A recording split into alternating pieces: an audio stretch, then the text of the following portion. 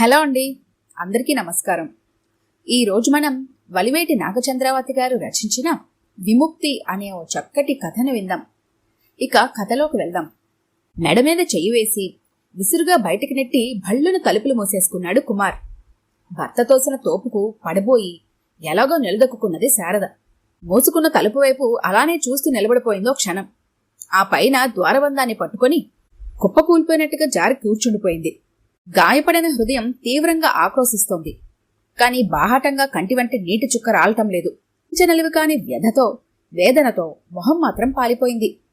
తల గోడకి ఆంచి కళ్ళు మూసుకుంది శారద. పక్కింటి కిటికీ తటపటాయిస్తూ తెరుచుకొని ఆద్రాబాద్రాగా మోసుకున్న సవ్వడి వినిపించింది. ఇప్పుడు నిండే శారద కనుకొనుకులు నీటితో ఏ ఒడిదుడుకులు లేకుండా అతి సాధారణంగా బ్రతకాలనుకుందే తప్ప ఆకాశహర్మ్యాలకు ఆశపడలేదే. తన జీవితం ఇంత అస్తవ్యస్తము పరిహాస భాజనము అయ్యిందేంటి? ఇందులో తన తప్పిదమేమిటి? అతని బాధ్యత ఎంత? మీరేమీ సంశయించకండి నాన్న, నేను పూర్తిగా ఇష్టపడే చెప్తున్నాను. మీరా సంబంధం నిశ్చయం చేయండి అన్నది శారద. ఎటూ పోలిపోని స్థితిలో సతమతమవుతున్న తండ్రిని అభిమానంగా చూస్తూ. ఆమెకు తెలుసు, పెద్ద కూతురు శార్వాణి పెళ్లితోనే సగం కుదేలవుతున్నాడు తండ్రి. ఆ పైన 3 ఏళ్ల నుంచి పంటలు పండకపోవటంతో మరింత అప్పులు పాలయ్యాడు. పోనీ తనతో అయినా బాధ్యతలు తీరిపోతాయంటే అదీ లేదు. తర్వాత పిల్ల శాంతి కూడా పెళ్లికి ఎదిగి ఉంది. మెడిసిన్ చదువుతున్న పెద్ద తమ్ముడికి నెల నెల పెద్ద మొత్తాలు పంపించవలసి ఉంది. 10th పాస్ అయిన ఆఖరివాడిని ఇంకా పైకి తీసుకురావాల్సిన అవసరమూ ఉంది. పెద్ద పెద్ద కోరికలు కోరి తనింకా ఆయన బరువు పెంచాలనుకోలేదు. వెర్రి తల్లి, ఈ బడుగు తండ్రి ఇంతకన్నా గొప్ప సంబంధం ఏం త్యాగలుడలే అని సరిపెట్టుకుందాం అనుకుంటున్నావా అమ్మా? బాధగా అన్నారు సీతారామయ్య గారు. కూతుర్ని ఉన్న ఇంటికి ఇవ్వాలని, కోడల్ని లేనింటి నుంచి తెచ్చుకోవాలనేది ఆయన సిద్ధాంతం. అందుకే పెద్దపిల్ల శార్వాణికి వెతికి వెతికి ఆస్తిపరుడు, ఎంచి ఎంచి అందగాడు అయిన వరుణ్ణి తమకు మించిన సంబంధమే అయినా తెచ్చి పెళ్లి చేశాడు. కాని ఇప్పుడు ఆ నమ్మకమైతే చెక్కు చెదరలేదు గాని ఆర్థిక స్థితి మాత్రం ఆ ప్రయత్నాలకి దోహదపడలేదు. సరిపుచ్చుకుంటున్నానని ఎందుకు అనుకుంటున్నావు నాన్నా? అతనికేమి లోపమని తలదించుకుంటూ అన్నది శారద. నిజమే, వరుడు కుమార్కి లోటేమన్నా ఉందా? ఉంది అంటే ఉంది, లేదనుకుంటే లేదు. కుమార్ అందగాడు కాదు, అలా అని వికారంగా ఏమీ ఉండడు. కొంతమందికి ఏ అవయవానికి అవయవం తగిన పరిణామంలో తీరుగానే ఉన్నట్టున్నా మొత్తంగా కలిపి చూస్తే ఆ ఆకారం అంత ఇంపుగా ఉండదు. ఆ కోవలోని వాడే కుమార్. పెద్దలుడితో పోలిస్తే దివిటీ ముందు దీపంలా ఉంటాడు. ముఖ్యంగా స్వర్ణ ప్రతిమలాంటి శారద పక్కన కట్టెపేడులా ఉంటాడు కుమార్. ఇక ఆస్తిపాస్తులు చూస్తే నెత్తిమీద జుట్టు తప్ప మరేం లేదు. ఈ మైనస్ పాయింట్ల మధ్య ప్లస్ పాయింట్ ఏంటంటే అతనికి పర్మనెంట్ అయిన తాలూకా ఆఫీసు ఉద్యోగం ఉంది. ఇంకొకటి, శారదను చూసి కట్నం మీరెంతిచ్చినా సరే అన్నాడు అతను. అదే శారదను అతనంటే మెత్తపరిచిన విశేషం. నువ్వెంత చెప్పినా నా మనసు ఒప్పకుండా ఉన్నదమ్మా అని అన్న సీతారామయ్య గారికి పరిస్థితులకు తగ్గట్టుగా నడుచుకోవాలన్న భార్య, కూతురు ఒత్తిడికి తల ఒగ్గక తప్పలేదు. శారద వివాహం కుమార్తో జరిగిపోయింది. అందరి ఆడపిల్లల్లా కోటి కోరికలతో, అనంతమైన ఆశలతో భర్త ఇంట కాలు పెట్టలేదు శారద. తృప్తికి మించిన ఐశ్వర్యం లేదని తెలుసు ఆమెకు. బ్రతుకు దేవుడిచ్చిన వరమని, జీవితంలో దొరికిన దానిని అందుకోవాలని, అందులోనే ఆనందం వెతుక్కోవాలనే తత్వం ఆమెది. ఆ ఆనందాన్ని వెతికి పొందగలననే ఆత్మవిశ్వాసంతోనే మగని ఇంటి గృహప్రవేశం చేసింది శారద. కాపురానికి వెళ్లిన కొద్ది రోజుల్లోనే శారదకు భర్త ఆకారంలో అందం లేకపోవటం ఒక్కటే కాదు, స్త్రీలో ఆత్మ సౌందర్యం కూడా లోపించిందన్న విషయం తెలిసొచ్చింది. కుమార్ తరహా అదో రకం. అందరికిలా పెళ్లైన తొలి దినాల్లోనైనా పెళ్లామంటే మోజు కనబరచలేదు అతను. కొత్త జంట నడుమ వెళ్లి విరియవలసిన ఉత్సాహం, ఉల్లాసం, విలాసాలు, విహారాలు, ఎదమీటే మధుర సన్నివేశాలు శారదకి అనుభవానికి రానేలేదు. మొదటి రోజు అతనితో పాటు తను కంచం పెట్టుకుంది శారద, కబుర్లు చెప్పుకుంటూ తినచ్చననే కోరికతో. ఇదేమిటి, ఇంటి మగవాళ్ళు తింటేగాని ఆడవాళ్ళు తినకూడదని తెలీదా నీకు? ఇది కూడా చెప్పలేదా మీ అమ్మ నీకు? అన్నాడు అదో పెద్ద అపరాధంలా. అంతే, మనసు చివుక్కుమని శారద మళ్ళీ అలాంటి సరదాలకు ప్రయత్నించలేదు. ఇలాంటి వాటికి కొంతమంది స్వభావం ఇంతేనని సరిపెట్టుకోగలిగింది కానీ అతని అలవాట్లని, చేష్టల్ని మాత్రం సరిపుచ్చుకోలేకపోయింది శారద. ముఖ్యంగా శుభ్రత విషయంలో అతనికి, శుభ్రతకి ఆమడ దూరం. రోజు స్నానం చేయాలనే నియమం గాని, బట్టలు శుభ్రంగా ఉంచుకోవాలనే పట్టింపు కాని అతనికి ఉండేవి కావు. వేసంకాలమైతే చిరాక్ గాని, చలికాలం కూడా రోజు స్నానం ఎందుకు, మొహం సబ్బుతో రుద్దుకుంటే పోలా అనేవాడు నిర్లక్ష్యంగా. రోజు విధిగా స్నానం చేయటమే ఆరోగ్యమని, రోగాలు దరికి రావని ప్రాథమిక ఆరోగ్య సూత్రాలు బోధించటానికి అతనేమన్నా చిన్నపిల్లవాడా? చదువుకుని ఉద్యోగం చేస్తున్న చెట్టంత మనిషే. పోనీ బట్టలన్నా మారుస్తాడా అంటే ఊహో. ఆ పని కూడా వారానికి ఏ ఒక్కసారో. అతని చేత రోజు బట్టలు, కనీసం అండర్వేర్ అన్నా మార్పించుదామని చూసిన శారద ప్రయత్నం విఫలమైంది. అతను దగ్గరికి వస్తే అదో రకం ముంజు వాసన. ఒళ్ళు జలధరించిపోయేది శారదకు. చచ, ఆ మురికితో మీరెలా ఉండగలుగుతున్నారో కాని మీ సరసకి రావాలంటేనే కంపరంగా ఉంటుంది నాకు. దాగలేని అసహ్యత అనుకోకుండా వెలువడిపోయింది నోటి వెంట. అంతే, ఎంత అనునయించి చెప్పినా రాని రియాక్షన్ దానితో వచ్చింది. మళ్ళీ అలాగా, ఉప్పెనలాగా. శారద మాటన్నప్పుడు వెంటనే ఏమీ అనలేక గుటక వేసి చేదు మింగినట్టు మింగి ఊరుకుని ఆ తర్వాత భోజనం చేస్తూ ఉత్తిపుణ్యానికి విరుచుకుపడ్డాడు. ఇదేం కూర, ఇదేం పచ్చడి, గొడ్లు కూడా తినవి తిండి అంటూ నిక్షేపంలాంటి కూరకి పచ్చడికి వంకపెట్టి కంచం విసిరి వంటిల్లంతా రణరంగం చేసి వీధిగుమ్మంలోకొచ్చేసి వచ్చిన రోజు దగ్గర నుంచి తనకి రోజు ఎచ్చి పచ్చి మెతుకులే పెడుతున్నట్టు 10 ఇళ్లకు వినపడేలా అరిచి కచచి నిలబడిన శారదని నానా దుర్భాషలాడి లేచక్కా పోయాడు. కొన్నిటికి గూఢార్థమిదని భాష్యం చెప్పక్కర్లేదు. మనసుకే కారణమిది సుమా అని తెలిసిపోతూ ఉంటుంది. రాత్రి తన విదిలింపుకి ఇది ప్రతిక్రియ అని శారద గ్రహించుకున్నది. తన కోపం తీర్చుకోవడానికి న్యాయం లేని నింద వేయటమే కాదు, తను మనిషన్న విచక్షణ కూడా లేకుండా ఎంత ఆగం చేయటానికన్నా వెనుతీయడన్నమాట. మగనిలో మరో వికృత కోణం తెరతీసి చూసినట్టయింది శారదకి. ఆలుమగలు తమ ఇద్దరి మధ్య ఉండాల్సిన స్వల్ప కలహాన్ని వీధికెక్కించడంలో కుమార్ అభిప్రాయం తన మగ ప్రతాపం చాటుకోవటమో, లేకపోతే అల్లరికి విరిచే ఆమె సంసారాన్ని ఆసరాగా దెబ్బతీసి నోరు నొక్కటమో కాని శారద మాత్రం భర్త ఈ సిగ్గుమాలిన చేష్టకి అవమానంతో కుచించుకుపోయింది. తన్నతను అర్థం చేసుకోకపోవటం, రాయివాడిలా శత్రువులాగా నలుగురిలో నగుబాటుపాలు చేయటం మరింత బాధనిపించింది ఆమెకు. అయినా అది అతనిదే పూర్తి తప్పుగా భావించలేదు శారద. అతని మనసుకు హత్తుకునేలా చెప్పలేకపోవటం తనదే లోపమని పశ్చాత్తాపడింది. తానింకా అతనికి కొత్త. కొన్నాళ్లు పోతే తన తత్వం అవగాహన చేసుకుంటాడు, ఆదరిస్తాడు, తన పందా మార్చుకుంటాడనే ఆశపడింది. కాని కుమార్ గుణాలు తాత్కాలికమైనవి కావు, పాతుకుపోయిన దుర్లక్షణాలు. అన్నీ చెడుబుద్ధులేనా అంటే కావు. కొన్ని సుగుణాలున్నమాట నిజమే. సిగరెట్, పేకాట వంటి వ్యసనాలే కాదు, కనీసం ఒక్కపడి నమలటం వంటి చిట్టిపొట్టి అలవాట్లు కూడా లేవు. కుమార్కి ఏ పనన్నా తలపడితే అది పూర్తి చేసేదాకా నిద్ర పట్టేది కాదు. ఇరుగు పొరుగు వారితో మహా సామరస్యంగా ఉంటాడు. ఆఫీసులో కూడా చాలా నిజాయితీపరుడని, కష్టపడి పనిచేస్తాడని పేరు. ఆ క్వాలిఫికేషన్లు పైవాళ్లకి అతనంటే సదభిప్రాయాన్ని కలిగిస్తాయి. కాని ఇతరులకి తెలియనివి, ఇంట్లో వాళ్ళకి చికాకు ఇబ్బంది కలిగించే అంశాలు ఈ మంచి అలవాట్లకి రెట్టింపున్నాయి అతనిలో. అతనికి సభ్యత, సంస్కారం అంటే ఏమిటో తెలీదు. సరదాలు సరాగాలు గిట్టవు. నాజూకు, నాగరికత లాంటి బలహీనతలు లేవు. ఇవి అని చెప్పుకునే ప్రిన్సిపల్స్ లేవు. ఇల్లు, ఆఫీసు తప్ప స్నేహితులు, షికార్లు వంటి వ్యాపకాలు లేవు. పనిగంటలు మినహాయిస్తే ఇంట్లోనే ఎప్పుడూ మకం. పోనీ ఏ పుస్తకమో పుచ్చుకుంటాడా అంటే అదీ లేదు. ఎప్పుడు పెరటగుమ్మంలో నిలబడి పంపు దగ్గర నీళ్లు పట్టుకోవడానికి వచ్చే ఆడంగులతో పిన్ని, వదినా అంటూ ఆడంగి కబుర్లు చెప్పడం, వయసొచ్చిన ఆడపిల్లల ముందర ముతక జోకిలేయటం, పని పిల్లలతో మూట సరసాలాడటం, అదే కాలక్షేపం. మగవాడికి అందమిచ్చే హుందాతనం, టీవీ మచ్చుకైనా లేవతనిలో. మహా చవకబారుగా ప్రవర్తిస్తూ ఉంటాడు. ఆ వెకిలితనం, నాటుతనం చూస్తూ ప్రశాంతంగా ఉండగలగటానికి ఎంతో నిగ్రహం కావాల్సి వచ్చేది శారదకి. తమ నడవడిక ఎదుటివారికి నచ్చటం లేదని తెలిస్తే ఎలాంటి వారైనా కాస్త జంకుతారు. కుమార్ అందుకు పూర్తిగా విరుద్ధం. మీ ప్రవర్తన ఎబ్బట్టుగా ఉంది, దాని మూలాన మీ విలువ మీరే తగ్గించుకుంటున్నారు అనే విషయాన్ని ఎంత సున్నితంగా, హితువుగా చెప్పపోయినా నువ్వు నాకు చెప్పొచ్చేదానివా అన్నట్టుగా కోరగా చూసి అక్కడ్నుంచి మరీ విజృంభించి శారద చిరాకు పడే పనులు, బయట నుంచొచ్చి కాళ్లు కడుక్కోకపోవటం మాట అటుంచి తుడుచుకోనన్నా తుడుచుకోకుండా మంచమెక్కి శుభ్రమైన దుప్పటంతా ఖరాబు చేయటం, కత్తెన్కి చేతులు తుడవటం, సర్దిపెట్టిన ఇల్లంతా చిందరవందర చేయటం, మరి 2 రోజులు స్నానం మానేయటం, కావాలని ఇలాంటివి పదే పదే చేసేవాడు. కూర్చుంటే తిట్టి, నించుంటే తిట్టి, రభస చేసి కొన్నాళ్లపాటు నరకమెక్కడో లేదు అనిపించేవాడు. ఈ చిత్రహింసలు భరించలేక శారద కన్నీటి పర్యంతమైతే తప్ప శాంతించేవాడు కాదు. ఎంతగా ఎదిగిపోయిన స్త్రీ అయినా తన భర్త తనకంటే అధికుడుగా, ఉన్నతుడుగా ఉండాలని అభిలాషిస్తూ ఉంటుంది. జీవితాంతం కలిసి బ్రతకవలసిన పురుషుడు తనకన్నా అధముడైతే అంతకన్నా దౌర్భాగ్యం ఆడదానికి లేదేమో. రూపంలో వర్చస్సులో లేకపోతే మానే, వ్యక్తిత్వంలోనైనా ఉదాత్తత లేని భర్త అంటే విముఖతే పెరుగుతోంది శారదకి. పోనీ అతని సంగతి ఆలోచించటం మాని కామ్గా తన పనేదో తను చూసుకుందామంటే అలానూ బ్రతకనిచ్చేవాడు కాదు ఆమెను. ఎప్పుడూ రంధ్రాన్వేషణ. ఆమె చేసే ప్రతి పని పట్టి పట్టి చూస్తాడు.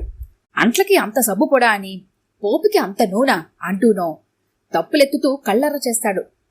నా పెళ్లాన్నంత అదుపులో పెడుతున్నానో చూడండి అన్నట్టు అటువాళ్లు ఇటువాళ్లు తొంగు చూసేలా గొంతు పెంచి అరిచేవాడు. రాచి రంపాన పెట్టేవాడు. భయపడిపోయింది శారద. అతనితో కాపురం కత్తిమీద సామైపోయింది. అతన్ని సంస్కరించాలనే మాట అటుంచి అతనితో మామూలు మాటలు మాట్లాడాలన్నా జంకేది. తంత్రించి అది సామాన్యమైన పని అయినా వెనకాతల అతను లేడు కదా అని తిరిగి చూసుకునేది. వారాలు నెలలు గడుస్తున్నా ఆ ఇల్లు, ఆ భర్త తనకు పరాయన్న భావన పోవడం లేదు శారదకి. తన మీద విశ్వాసం, తనంటే అనురక్తి, ఆకర్షణ లేవు అతనికి. తన సహచర్యం అతనిలో మార్పు తెస్తుందని, తన ప్రవర్తన పద్ధతులు సరిదిద్దుకుంటాడని ఇంకెలా ఆశించగలదు? అతన్ని ఆకట్టుకోగల సత్తా తనకు ఏమాత్రం లేవని నిర్ణయించుకున్నది శారద. సుమతి శతకకారుడు చెప్పినట్టు కొంతమంది మహానుభావులు ఉంటారు. వీరి ఇసుమున తైలం తీయవచ్చునేమో కాని వాళ్ల మనసును రంజింపు చేయాలనుకోవటం కేవలం పిచ్చితనం.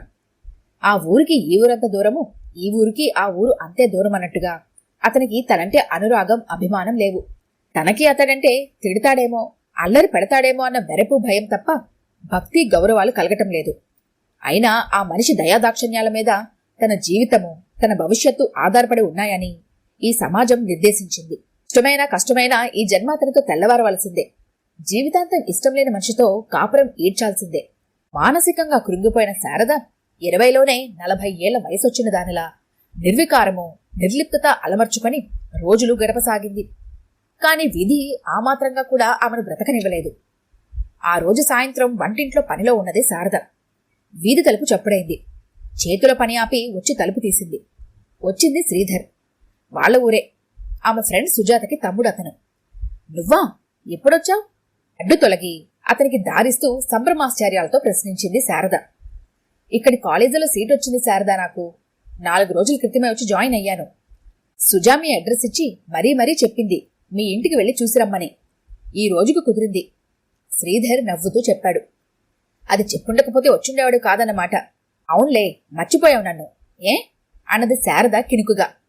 శ్రీధర్ రాకతో పిట్టిల్లు, తన పరివారము, వారి మమకారాలు, స్నేహితులు, వారి అభిమానాలు తలుపునకు వచ్చి శారదల ఉత్సాహం పొంగిపొర్లింది. శ్రీధర్తో ఊపిరి తిరగకుండా కబుర్లు చెప్పింది. పేరు పేరున తన వారి యోగక్షేమాలను అడిగింది. తన మిత్రురాలి సంగతులు తెలుసుకుంది. బలవంతంగా అతని చేత టిఫిన్ తినిపించింది. తనకంటే 1-2 సంవత్సరాలు మాత్రమే చిన్నాయన శ్రీధర్ తమని పేరు పెట్టే పిలిచేవాడు. తమతో కలిసి సందడి చేసేవాడు.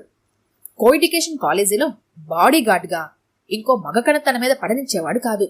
శ్రీధర్కి తమ పెళ్లి ఆల్బం చూపిస్తూ అతని చెయ్యి, చొక్కా చివర మాత్రమే పడిన ఓ ఫోటోని కుర్చీ మీదకు వంగి చూపిస్తూ పక్కపక్క నవ్వుకుంటున్న సమయంలో సరిగ్గా అప్పుడే వచ్చాడు కుమార్. మధుర స్వప్నం మధ్యలో మెలకు వచ్చి తిరిగి నిస్సార ప్రపంచంలోకి మరలి వచ్చిన జీవిలా శారద దుమదుమలాడిపోతున్న భర్త మొహం చూసి నిటారుగా అయ్యింది. హలో బావగారు అని విష్ చేసిన శ్రీధర్కి తిరిగి హలో అనగలిగేపాటి సంస్కారమన్నా చూపించలేదు కుమార్.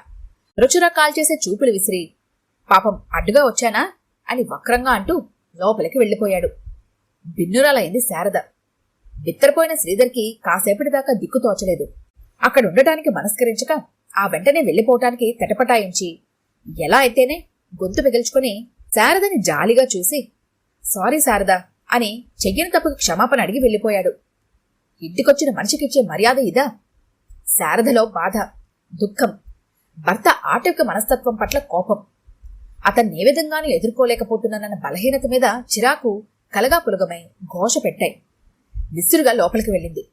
పడక గదిలో బట్టలైనా మార్చకుండా ఆటు వేయటానికి సిద్ధంగా ఉన్న పన్నాగంలా బుసలు కొడుతూ మంచం మీద పడుకుని ఉన్నాడు కుమార్. మీరేమంటున్నారో మీకైనా తెలుస్తోందా? అతనెవరనుకుంటున్నారు?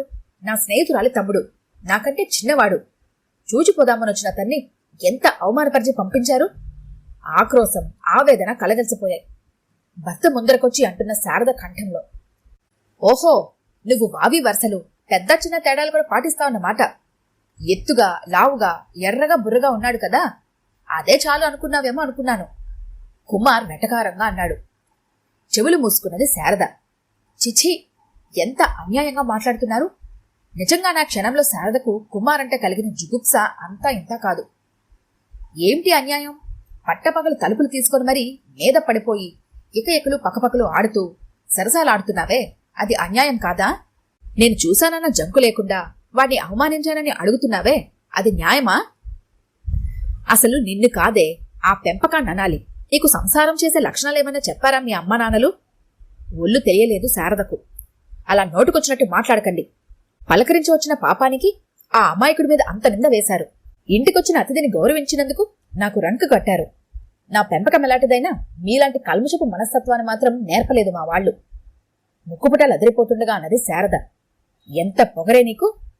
రంకుమోగుడిని ఇంట్లో చేర్చింది చాలక వాడికి పూజా సత్కారం చేయనందున అది మురికి బుద్ధంటావా? నన్ను అనటానికి ఎంత ధైర్యమే నీకు? తెగబడుతోందన్న వాసన సోకేసరికి కుమార్ రెచ్చిపోయి గొంతు పెంచేశాడు. ఆ మాటే అనొద్దంటున్నాను.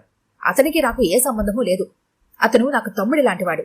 ఏ ఆడది మీరు ఊహిస్తున్నట్టు సమయం దొరికితే చాలు దిగజారిపోతుంది అనుకోవద్దు. అందరు మగాళ్ళు మీకు మళ్ళే. ఆడది కనిపిస్తే వెకిలితనం ప్రదర్శించరు. తనంతో లోకమంతా అని అందరూ మీలాంటి వాళ్ళే అనుకోకండి. ఎవరి నైతిక విలువలు వాళ్లకుంటాయి. అసలు మీ ఆగ్రహమంతా తమరి అనుజ్ఞ లేకుండా ఇంకొక మగ మనిషితో మాట్లాడననే కదా? నొక్కి పట్టడానికి కూడా ఒక హద్దు ఉందండి.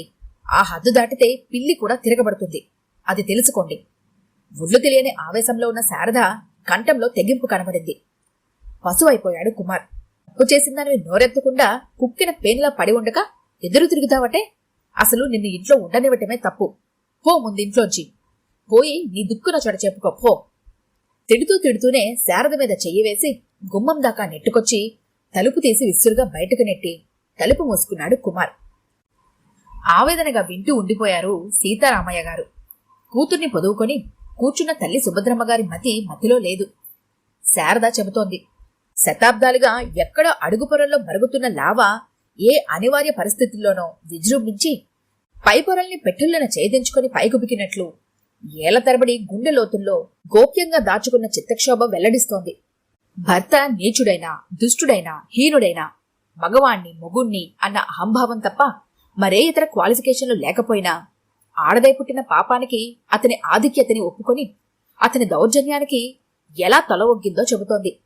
పెళ్లై సంవత్సరం దాటినా నా భర్త ఇలాంటివాడు అని ఏనాడు నోరు జారని తమ బిడ్డ ఈనాడిలా కడుపున దాచుకున్న బడబాగ్నిని బయటపెడుతుంటే చిత్తురువులై ఉన్నారు తల్లి తండ్రి.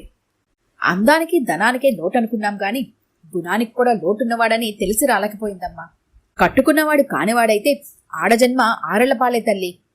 కన్నీళ్లు తుడుచుకుంది తల్లి. నేను వెళ్లి అతనితో మాట్లాడి వస్తాను. అప్పటికప్పుడు బయలుదేరి వెళ్లారు సీతారామయ్య గారు. అలా ఉన్నపాటను ప్రయాణమై వెళ్లిన సీతారామయ్య గారు సాయంత్రానికి ఒంట్లో ఉన్న సత్తు అంతా ఊడ్చుకుపోయినట్లు ఉసురుసురుమంటూ తిరిగొచ్చారు.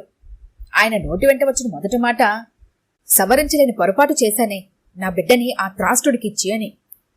ఏమైంది? ఏమన్నాడు అల్లుడు? ఏమి వినవలసి వస్తుందో అని ప్రాణం బుగ్గబెట్టుకుని అడిగింది సుభద్రమ్మ. కూతురిచ్చిన మంచిళ్ళు తాగకుండానే ఊగిపోయారు ఆయన. మనిషిలా ప్రవర్తించలేదు. వాడు పిచ్చిపట్టిన దుష్టు మృగంలా చెలరేగిపోయాడు సుభద్ర. పూనకమొచ్చిన ఘనాచారిలా ఆడిపోయాడు. త్రివును కూడా ఎన్నడూ పరుషంగా దూషించని మేదకడాయన. అంటే మనిషి అదుపు తప్పి మాట తూలుతున్నాడంటే ఆయన అక్కడ ఎంతటి పరాభవాన్ని ఎదుర్కొని వచ్చాడో ఊహించగలిగారు అందరూ. మంచినీళ్లు తాగి కుదుటపడిన సీతారామయ్య గారి కంఠం వృద్ధమైంది. శారద వంక చూస్తూ, బెల్లంగానే వాడు నాకు చేసిన పురస్కారం ఏమిటో తెలుసా? నా మొహం మీద ఉమ్మేశాడమ్మా వాడు. నా తప్పిదమేమిటన్నాడో తెలుసా? కట్టుతప్పిన కూతుర్ని ఇంట్లో పెట్టుకున్నందుకట. జుట్టు పట్టుకుని ఈడ్చుకొచ్చి తన కాళ్ల మీద పడేయనందుకట. ఇదేమిటని అడగవచ్చినందుకట. తనని తాను సంభాళించుకున్నారు సీతారామయ్య గారు. ఎప్పుడొచ్చినా ముభావం ముక్తసరిగా ఉండేవాడు. రిజర్వ్డ్ టైపు అనుకున్నానే గాని ఇలా మేడిపండు వాటం అనుకోలేదమ్మా.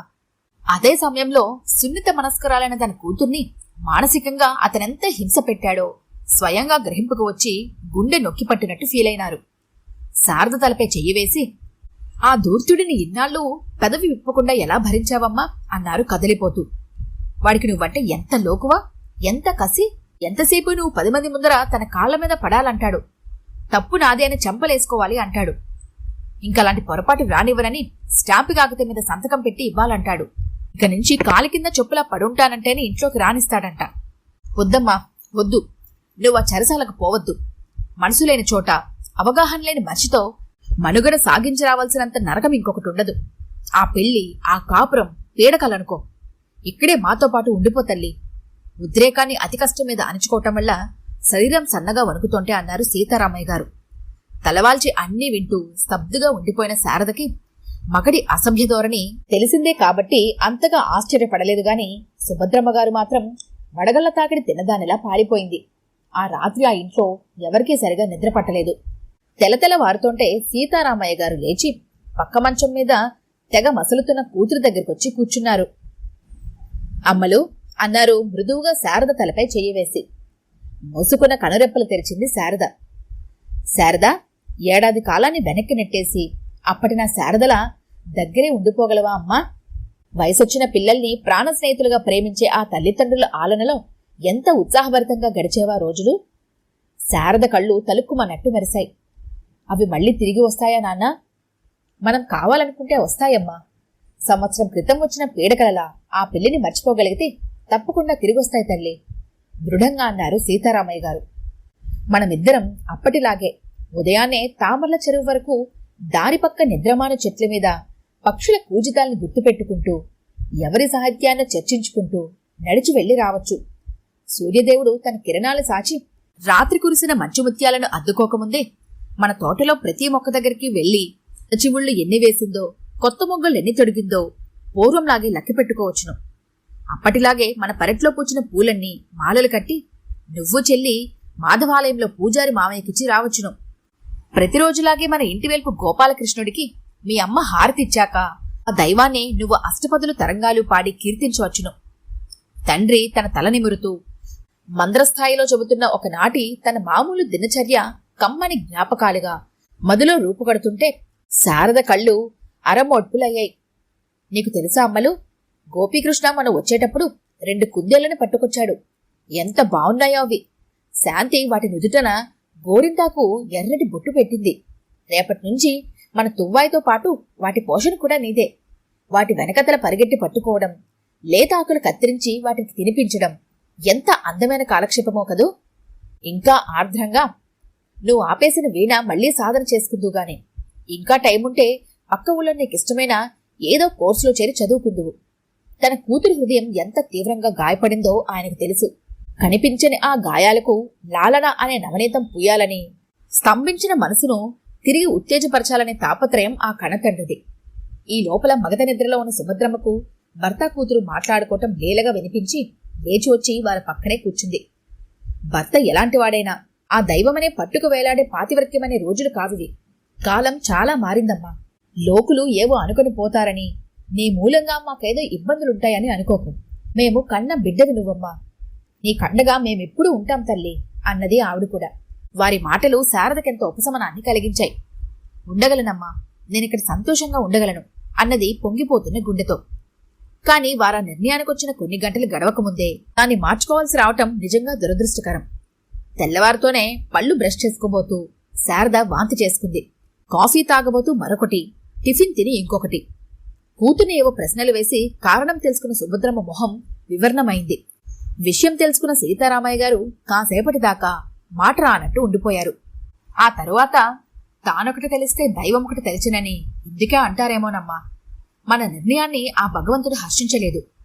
నిన్ను నా రెక్కల కింద దాచుకోవాలనే ఆశ ఉన్నది కాని అతని అంకురాన్ని అతని నుంచి విడదీసే హక్కు నాకు లేదు. నువ్వతని దగ్గరకు వెళ్ళక తప్పదమ్మా అన్నారు నిర్లిప్తంగా. ఆయన మాత్రం ఏం చేయగలరు? ఒక బిడ్డ మానసిక పెరుగుదల, ఆరోగ్యంగా ఉండాలన్నా, సమాజపరంగా చులకన కాకుండా ఉండాలన్నా తల్లే కాక తండ్రి సంరక్షణ కూడా చాలా ముఖ్యమని ఆయనకు తెలుసు. గర్భవతి అయిన కుమార్తెను వివాహబంధం నుంచి తప్పించాలనుకోవటం తొందరపాటు చర్య అవుతుందేమోనని, రేపా పుట్టిన బిడ్డ తండ్రి త్యజించిన పిల్లవాడుగా ఎదిగి సమాజపరంగా అవహేళనకు, తిరస్కరణకి లోనైతే తనకు తండ్రిని దూరం చేసిన తల్లిని, తనని దూషిస్తాడేమోనని, దురదృష్టవశాత్తు ఆ బిడ్డ ఆడపిల్లైతే ఆ పిల్ల భవిష్యత్తుకు అడుగడుగున మరిన్ని ఆటంకాలు ఎదురైతే అందుకు కారకులు మీరని తమని వేలెత్తి చూపుతుందేమోనని ముందు కాలంలోకి తొంగి చూసి భయపడుతున్నాడు ఆయన. కొన్ని క్షణాల నిశ్శబ్దం తర్వాత ఒక స్థిర నిశ్చయానికి వచ్చినట్టు శారద లేచి నిలబడి, నేను వెళుతున్నాను నాన్న అన్నది. నువ్వొక్కదానివేనా? వద్దమ్మా, నేను కూడా వస్తాను. అతను అసలే దుడుకు మీదున్నాడు. నేను వెనక ఉంటే కాస్త. నేను వెళ్ళేది అతని దగ్గరకు కాదు నాన్న, ఆసుపత్రికి. తండ్రిని ఆపి చెప్పింది శారద. ఆసుపత్రికా? ఎందుకు? నాకే బిడ్డ వద్దు నాన్న. ఇప్పటి వరకు ఆ ఇంట్లో నా మనుగడకి గడ్డి పరకకిచ్చే ప్రాధాన్యత లేదు. ఇక వెళ్ళబోయేది అతని కాలి కింద దుమ్మునే పడి ఉండేటట్లయితేనే నాకక్కడ చోటు దొరుకుతుందని అతను అన్నది మీరే చెప్పారు. అది అక్కడ నా స్థానం.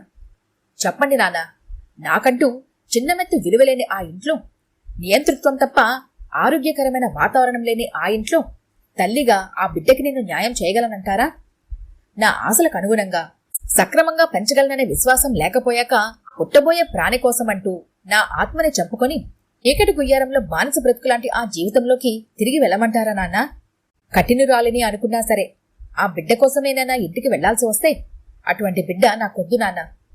నరకం నుండి ముక్తి పొందాలనుకుంటున్న నన్ను మళ్లీ అటువైపు నెట్టకండి. శారద చేతులు జోడించి వలవరిస్తున్నట్టుగా అంటున్నది. పొరపాటుని సాలెగూడిలో చిక్కుకున్న తూనీగా ఒకటి గిలగిలా కొట్టుకుంటున్నది. సీతారామయ్య గారు పట్టుబడిన దాని కాళ్లు విడిపించి అది స్వేచ్ఛగా ఎగిరిపోతుంటే తృప్తిగా చూశారు. పద శారద, నీకు సాయంగా ఆసుపత్రికి నేనొస్తాను అన్నది సుభద్రమ్మ. ఈ కథ కనుక మీకు నచ్చినట్లయితే లైక్ చేయండి, షేర్ చేయండి.